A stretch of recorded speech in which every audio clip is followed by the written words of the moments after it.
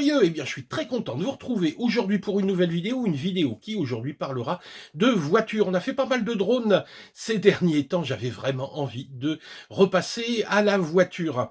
Alors, on aurait pu revenir un tout petit peu en arrière. Rappelez-vous, il y a 1 an et demi, à peu près, presque 2 ans, quand on voulait commencer la voiture radiocommandée, il n'y avait pas le choix.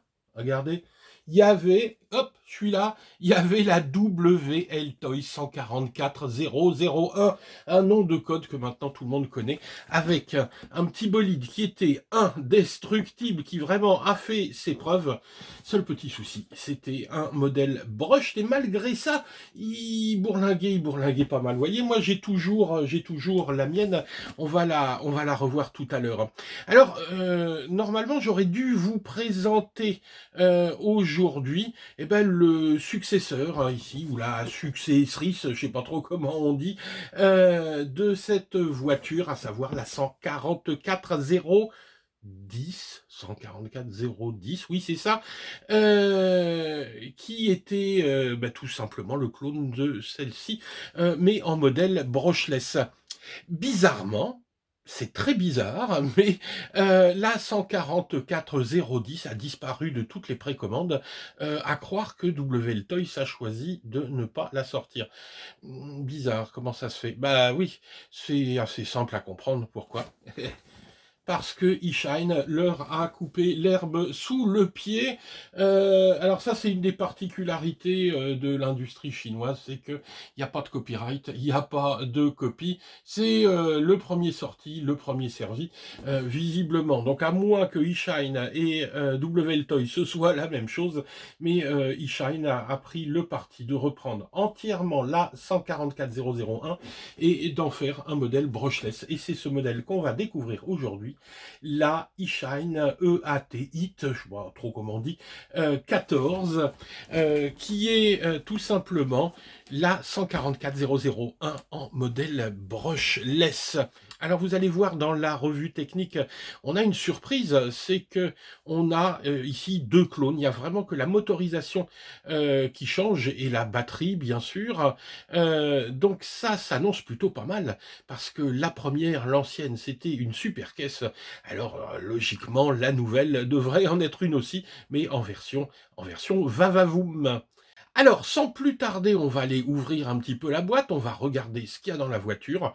Je reviendrai un tout petit peu sur les données techniques, mais c'est exactement les mêmes que pour la 144 001. Et puis surtout, ensuite, on ira rouler un petit peu pour se rendre compte si la voiture est mieux, et puis aussi si on atteint les 75 km/h.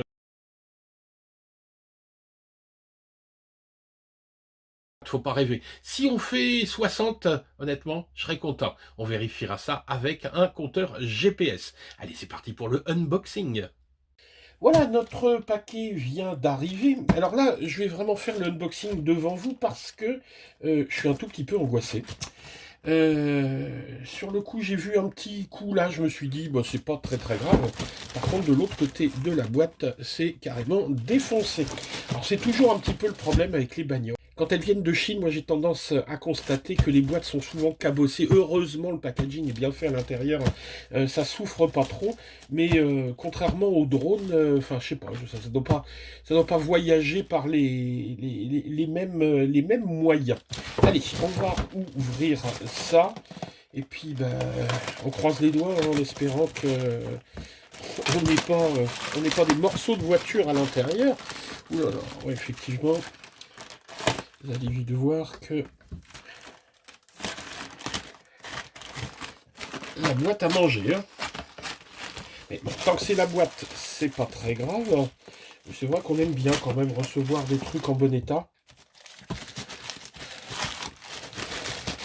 Et ça depuis 2 ans maintenant. Hein.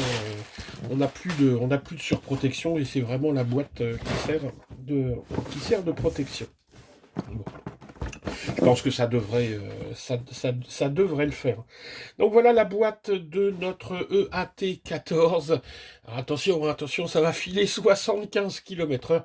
On vérifiera quand même cette histoire. J'ai des doutes, mais enfin, même si le modèle en brushed, hein, on en reparlera, on fera la comparaison, filait déjà pas mal. Bon, si on chope les 60 km/h, 55-60, franchement, je serais content. Allez, on ouvre les petits scotch ici, hop, attestant que tout ça c'est bien neuf. Hop, hop, hop, hop, hop, hop. Tac. Bon, je fais attention à la boîte, hein, pas de l'abîmer. Alors, qu'est-ce qu'on a là-dedans? Bon, le classique, hein. Le petit manuel avec les pièces, un petit pare-choc supplémentaire, tournevis, clé pour les roues, le petit chargeur en 2S USB. Bon, ça c'est des choses qu'on utilise peu, hein. Il vaut vraiment mieux avoir son propre chargeur. Mais si vous débutez dans le job, dans le loisir avec ça, c'est suffisant pour recharger vos batteries. Ensuite, hop, la radio. La radio estampillée eShine, en fait, c'est exactement la même radio que sur les WL Toys. Alors moi, ce que j'aime bien sur ces radios, c'est le fait qu'il y a un petit peu de mousse ici. À l'usage, parce que j'en ai déjà une sur une WL Toys, j'aime bien cette radio. 4 piles. Bon, du classique, hein. On va pas s'attarder là-dessus. Non, il n'y a rien d'autre. Voilà pour la radio. Donc, ce qui va nous intéresser, je retire les petites protections. Voilà. Voilà notre petit engin. Hop. Tac. On va retirer ça, on va regarder ça. Ouais, sympa, sympa. Hein. Donc là, sur la carrosserie, vous avez une petite pellicule. Je la retirerai tout à l'heure, hein. Je la laisse là. La carrosserie sera encore plus jolie. J'aime beaucoup la couleur. Et puis regardez, hein. Donc là, déjà, je pense que il y a de l'huile là-dedans, hein. Parce qu'habituellement, sur ce genre de petit engin, faut faire l'huile. Ouais. On verra au niveau du... Ah, non. On verra au niveau des différentiels, tout ça, on vérifiera. Hop, et voilà l'intérieur, la batterie. Alors la batterie 2800 mAh en 7,4 volts avec une prise DIN. Ouais, pas mal, pas mal. Regardez, un petit radiateur sur l'ESC, dissipateur de chaleur sur le moteur. Ouais, disons, ça a l'air pas mal. Bien, voilà donc pour l'ouverture. Oh, dis donc. Ah oui, je suis pressé d'aller l'essayer, ce petit engin. Alors, ce qu'on va faire maintenant, c'est que on va revenir ensemble. Moi, je vais regarder tout ça en détail. On va se retrouver pour la revue technique. Où on va prendre point par point. On va regarder tranquillement les specs de cette machine. Et puis surtout, après, on ira la faire rouler. Bon, donc, vous voyez, le carton était défoncé, mais la voiture a strictement rien. Et puis, voilà, une première bonne impression. Ouais, voilà, première bonne impression. Allez, on continue, on passe à la revue technique. Voilà, on se retrouve avec notre EAT14 et pour parler de cette voiture, eh ben, on est obligé évidemment de ressortir la WL Toys 144001 pour effectuer une comparaison. Alors honnêtement, la comparaison, elle va être vite faite. Ce sont les deux mêmes voitures. Ce sont exactement les mêmes. Regardez, si on regarde le train avant, si on regarde le châssis, si on regarde toute la partie mécanique, ce sont exactement les mêmes véhicules. Regardez, même les radios sont identiques. Donc voilà, ça va évidemment simplifier pas mal le travail, étant donné que toute la partie technique, eh ben, c'est exactement la même que sur l'ancienne. Donc je vous encourage à aller voir ma petite vidéo sur la WL Toys, où là j'ai tout repris en détail sur la mécanique. Vous avez les cotes, les roulements, les différentiels, vous avez tout ça. Nous, on va se concentrer aujourd'hui sur les différences. Alors, les différences, elles sont à quel niveau? Eh bien, tout d'abord, la première chose, c'est que sur la WL Toys, évidemment, vous le savez, elle n'était pas chère à cause de ça, c'est que c'est une voiture avec une propulsion en brushed, avec un moteur à balai. Donc, gros défaut du truc, c'est que ça chauffe énormément. Entre deux batteries, faut vraiment laisser refroidir le moteur si vous voulez pas tout griller. Beaucoup de gars ont fait la conversion en brushless. Le problème, évidemment, si vous rajoutez un combo brushless là-dessus, plus le prix de la voiture, ben, vous retrouvez avec quelque chose qui est dans les 200 euros, hein, 180-200 euros. Ce qui fait que pour ce prix-là, on trouve une voiture en brushless qui est quand même un petit peu mieux. Donc c'était vraiment pour le fun qu'on faisait cette conversion, mais on attendait avec impatience un modèle RTR directement en brushless. Et ben ce modèle RTR, on l'a, c'est la EAT14. Comme je vous le disais dans la présentation, normalement c'est WL Toys qui aurait dû sortir en premier cette voiture. Peut-être que WL Toys la sortira avec la 144010, mais en tout cas c'est eShine qui a fait le boulot en premier. Alors, donc comme je vous le dis, hein, comme je vous le disais, on va pas revenir sur les points communs, vous irez voir la vidéo sur celle-ci. Toutefois, quand même, des choses à remarquer qui sont quand même assez symptomatiques. Regardez les radios. Regardez les radios. Qu'on vienne pas me dire que c'est pas exactement la même. Hein, regardez les dessins sur le volant, les boutons, tout est parfaitement pareil. Il n'y a que les stickers, ils ont juste changé les stickers, mais en tout cas, bon, elle est toujours produite dans la même usine avec les mêmes machines. Mais bon, ça c'est plutôt une bonne nouvelle, sachant que l'ancienne radio était vraiment géniale, mais en tout cas, moi je l'ai vraiment beaucoup apprécié. Donc je suis content de la retrouver avec son petit volant en mousse. Sur cette radio, on a vraiment les fonctions de base, à savoir ici le trim pour la direction, et puis le pourcentage de gaz, donc vous pouvez réduire, avoir moins de gaz, avoir plus de gaz. Donc ici, ce qu'on appelle le dual rate pour les gaz. On allume, on éteint, et puis un petit bouton ici si on joue à plusieurs pour que chacun ait son canal. Donc oui, forcément, si vous aviez celle-ci puis que vous rachetez celle-là, vous vous retrouvez avec deux radios. Si vous voulez jouer à deux, il faut se mettre chacun sur son canal. Ce sera plus pratique. Voilà pour la radio. Regardons un petit peu la voiture.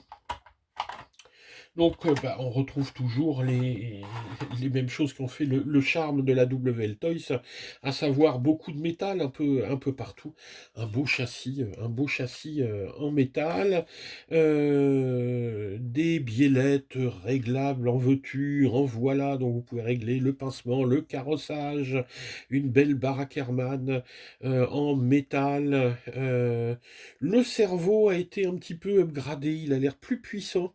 Et vous le verrez, la vitesse de réaction est beaucoup plus importante. Donc ils ont vraiment amélioré les petits détails qui pêchaient sur la 144001, à savoir ici le cerveau. Mais en tout cas, la partie mécanique, c'est exactement la même. Tiens d'ailleurs, avant de passer à l'électronique, la partie mécanique, souvent, on se dit, bon, on reçoit une voiture et puis l'amortissement est pas bon, les différentiels sont pas graissés. Et bien ici, il faut bien reconnaître que j'ai été agréablement surpris. Tout d'abord, l'amortissement, l'amortissement, il n'y a vraiment aucun souci. Il y a de l'huile là-dedans, j'ai vérifié, le niveau d'huile est bon et les huiles sont pas dégueulasses. C'est-à-dire qu'on a vraiment quelque chose de bien. Donc c'est pas la peine de toucher aux amortisseurs, ils sont déjà remplis. Ensuite, les différentiels. Les différentiels, bah, tout d'abord, comment les atteindre? Bah, c'est exactement la même chose que sur la 144001. Le premier truc à faire, c'est retirer la plaque ici. Il y a une petite plaque avec 8 vis, vous virez la plaque. Puis à l'avant, vous retirez ici ces deux petites vis, et ensuite vous avez une, deux, trois, quatre, je crois, six vis sur le dessus à retirer. Moi, sur l'avant, j'avais retiré les amortisseurs bah, pour en profiter pour vérifier ce qu'il y avait à l'intérieur, mais c'est pas nécessaire. Ensuite, vous soulevez l'ensemble et vous avez accès au différentiel. Le différentiel, il n'y a que le corps qui est en plastique, sinon la couronne, vous le voyez, est en métal. Les satellites à l'intérieur sont en métal. C'est exactement les mêmes que sur la WL Toys. Et sur la WL Toys, il fonctionnait bien. Moi, j'ai jamais eu de problème, jamais cassé de différentiel.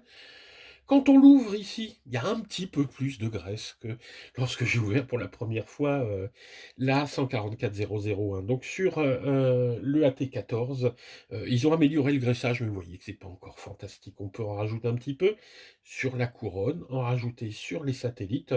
Prenez une graisse Facom. Hein, Bon, c'est pas la peine non plus d'en mettre trop pour créer des résistances. Mais bon, voilà, on remet un petit peu de graisse. Ça prend. Allez, en tout, vous en avez pour une demi-heure de travail, 1 heure en regardant tranquillement. Moi, j'ai fait ça, vous voyez, la voiture a pas encore roulé, puis pourtant, différentiel, amortisseur, tout ça, j'ai vérifié. Donc à l'arrivée, vous voyez, hein, il n'y a pas de, on n'entend aucun bruit ici de craquement, ça devrait être pas mal. La voiture ici est toute propre, hein. J'ai pas encore fait les essais. Donc là, on se limite à regarder un petit peu la technologie. Donc voilà, on n'ira pas plus loin sur la partie mécanique, hein, je vous le redis, allez voir la vidéo de l'autre. Voyons maintenant les différences, parce que c'est surtout pour ça qu'on va acheter ce modèle. Alors d'abord, il coûte combien ce modèle? Si je fais la comparaison, celui-ci, l'ancien, vous le trouvez dans les 80 € à peu près. Il y a une promo là ce week-end, mais vous avez peut-être vu passer. Alors, je sais pas quand vous regarderez la vidéo, mais là, le week-end où je suis en train de tourner, il y a une petite promo où on réussit à l'avoir pour 60 €. Mais sinon, habituellement, c'est à peu près 80 €. Celle-ci est évidemment un petit peu plus chère. On est dans les 140 €. Moi, je l'ai payé un petit peu moins cher parce que j'ai profité d'une promo. Je l'avais payé 139 $, ça doit faire dans les 120 €. Donc, à surveiller, on va dire, entre 140 et 120 €. Vous savez que les prix en Chine fluctuent pas mal. Alors, qu'est-ce qui va faire que ben, on va payer 50 € de plus? Bah, c'est tout simple, la motorisation. Vous avez un combo ici brushless avec un moteur ici brushless qui est un 2845 en 3400 kV, un ESC qui est en 60 ampères. Alors, moi, ce que j'apprécie ici, c'est que l'ESC de base, il est là. Et ils ont rajouté ici, ils ont rajouté un ventilateur. Donc vous avez un dissipateur de chaleur, plus le ventilateur. Un ESC ici qui est protégé. Alors protégé, je ne sais pas si c'est le mot. Mais en tout cas, on a deux beaux condos ici. Alors à quoi ça sert? Vous mettrez ça dans les commentaires parce que voilà, habituellement c'est intégré dedans. Là, ils sont séparés. Je sais pas pourquoi c'est comme ça. Le récepteur ici est à part. Sur le modèle précédent, ici, c'était un ESC qui faisait tout, ESC, récepteur, etc. Là, c'est bien séparé, hein, ESC, et le récepteur, le petit inter est collé. Alors ça, faudra sans doute le revoir, parce qu'avec la poussière, l'interrupteur, vous allez le retrouver à droite, à gauche. La batterie également, hein, c'est plus la même, on l'a vu, c'est une 2800, elle est plus grande. Alors moi, moi, c'est ce qui m'embête un petit peu, c'est que j'en ai pas d'autres.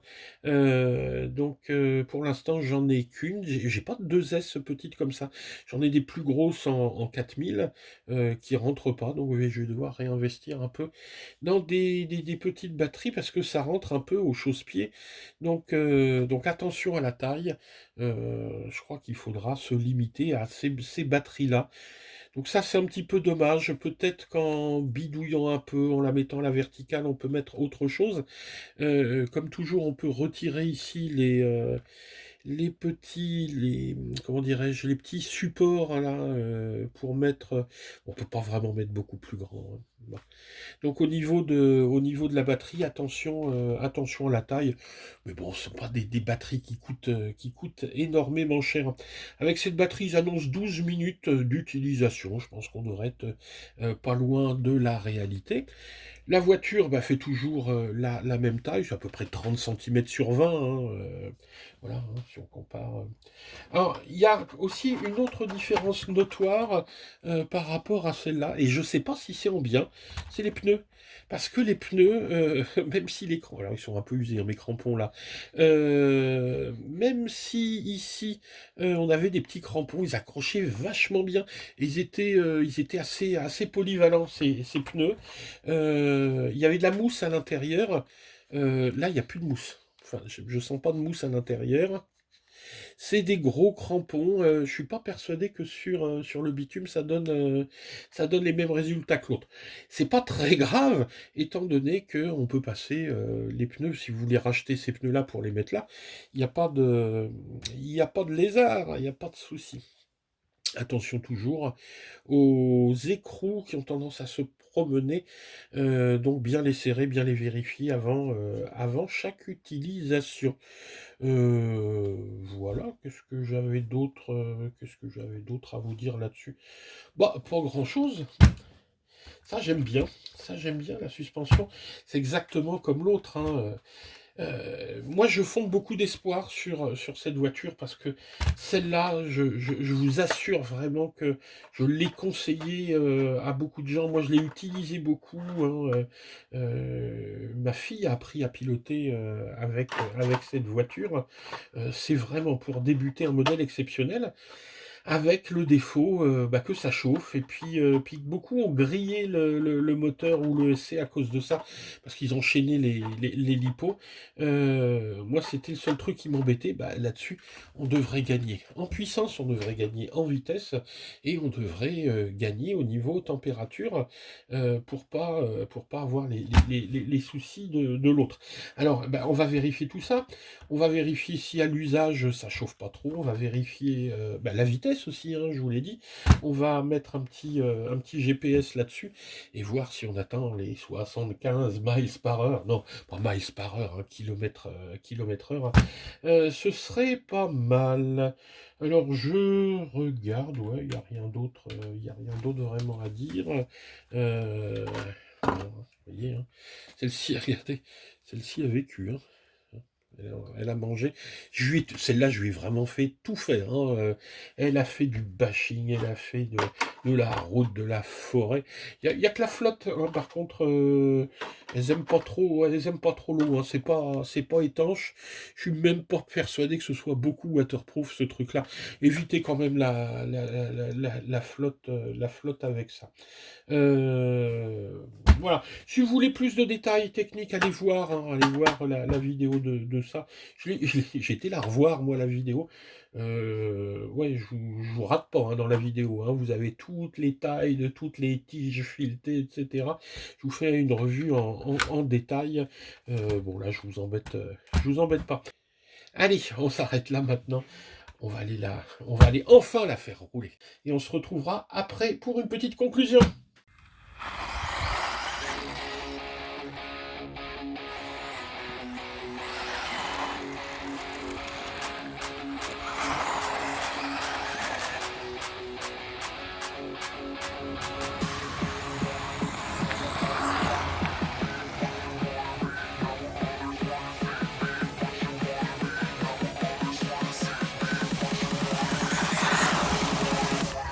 va moins vite. Ça s'est reflashé.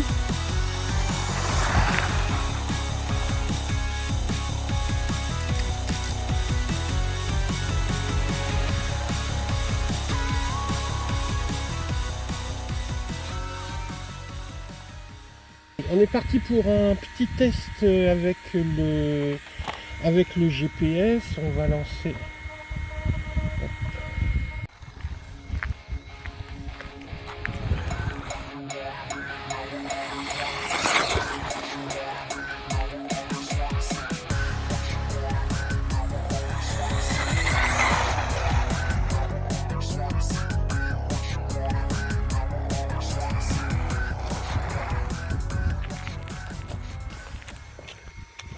Bon, 57, voilà, je pense que c'est la bonne vitesse. Donc 57 km/h pour la ET15. Donc voilà pour les premiers tours de roue. On va aller faire un tour maintenant sur un terrain un petit peu plus off-road.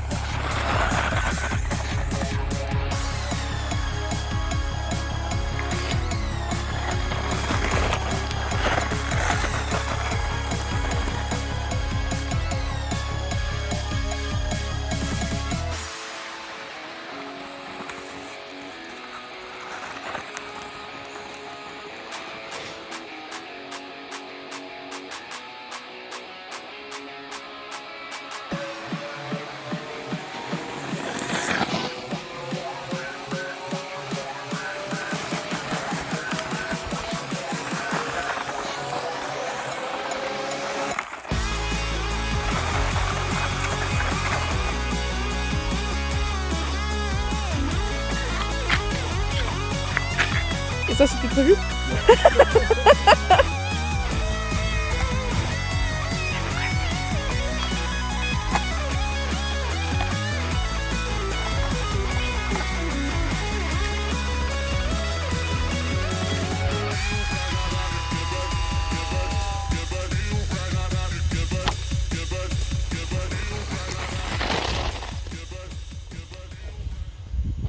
Eh bien, comme vous l'avez vu, sacré bagnole, attention, hein, ça dépote.